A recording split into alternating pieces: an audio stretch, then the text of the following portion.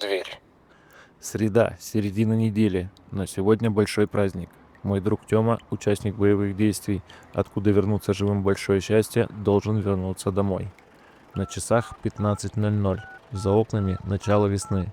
Капель отбивает свой ритм, светит солнце. Решил позвонить тете Ане, маме друга. Трубку взяла Наташа, его сестра. «Наталька, привет. Тёма еще не звонил?» «Привет, Дим. Нет еще. Сами ждем. Непонятно, ехать встречать его или сам доберется. Вот постоянно ему надо устроить сюрприз. Но ведь не тот случай же. Не говори. Мама места себе не находит. Ты сам-то отпросился с работы. Во сколько приедешь?» «Я уже дома. Лишнее скинул. Даже дверь открытой оставил. Собран и готов выдвигаться к вам». «О, да ты ее никогда не закрываешь. Вечно она у тебя нараспашку». На заднем фоне в трубке автоматной очереди раздался стук в дверь. «Дима, похоже, он приехал. Не клади трубку. Сейчас мы ему все выскажем. Звонок же есть. Чё стучать?» Дальше были слышны звуки открывающейся двери, крики ужаса, короткие гудки. Я попробовал набрать номер еще раз. Аппарат абонента выключен или находится вне зоны действия сети. Набрал номер Наташи, то же самое. Меня охватила паника. Как вышел из квартиры, затем из подъезда и сел в машину, я не помню. Все было как в тумане. По радио вещали про какого-то вора, который активизировался в городе и обчищает квартиры. Но это было неважно. Более-менее пришел в себя я только у Тёминого подъезда. Лифт ждать не стал. Поднялся до квартиры на 7-й этаж пешком. Железная дверь была приоткрыта. За ней тишина. Я, набравшись смелости, вошел. В квартире, несмотря на то, что на улице светило солнце, было темно. Пришлось даже включить фонарь на телефоне. Пахло гарью. Все было в пепле. Пол, стены, шкафы, зеркала. Не было ни души. Время здесь как будто зависло когда-то очень давно. И я прошел дальше на кухню. Картина та же самая. Стол был накрыт, но все блюда, посуда, вообще все было в пепле. Окна закрыты. Свет сквозь них не проходил. Я застыл. Он пришел не к ним, а за ними. Внезапно раздался позади меня старушечий хриплый голос. От испуга я обернулся. В дверях на кухне стояла какая-то старушка. Она была небольшого роста, с сухим лицом и руками, одета во все черное. Промолчав, я судорожно начал набирать номер Тёминого отца. Он и мама моего друга развелись лет 6 назад, но по истечении какого-то времени поддерживали хорошие отношения. Там абонент также был недоступен. В то время, когда я слушал голос автоответчика, сзади меня, на месте, где была старушка, раздалось шорканье ног. Я обернулся, та ушла.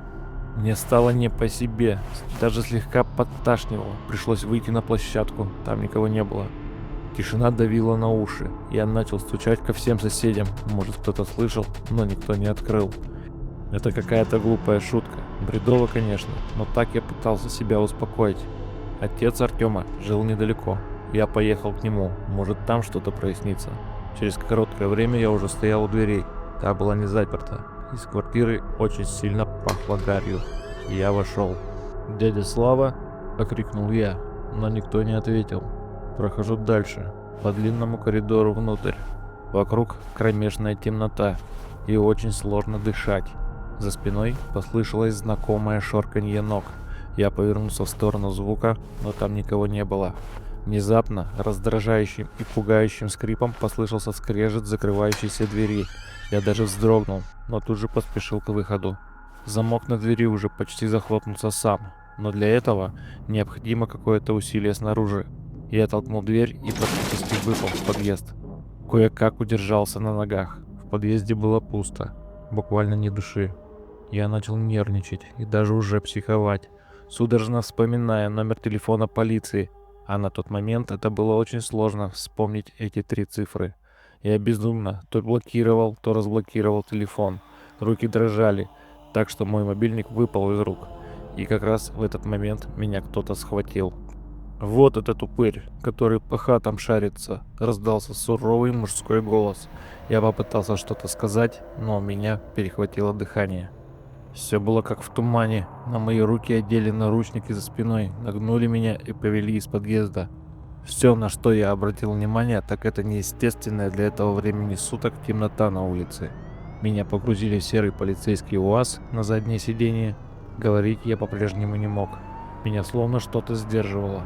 Сквозь решетчатые окна УАЗика я увидел, как полицейские, а их было двое, разговаривают с той самой старушкой из Тёминой квартиры. У меня даже слезы покатились из глаз. Я начал вырываться из наручников и мычать изо всех сил, как будто у меня во рту кляп. Старуха взглянула на меня снаружи из-под лобья, и силы меня в этот момент покинули. Я обмяк и уснул. Помню, что за окном было темно, мелькали огни фонарей. Рация у полицейских разрывалась от вызовов, а сами они что-то оживленно обсуждали. Их слова доносились до меня обрывками фраз. Диверсия, взрыв, все парни погибли, а их в отпуск домой пустили, прикинь, горе родным.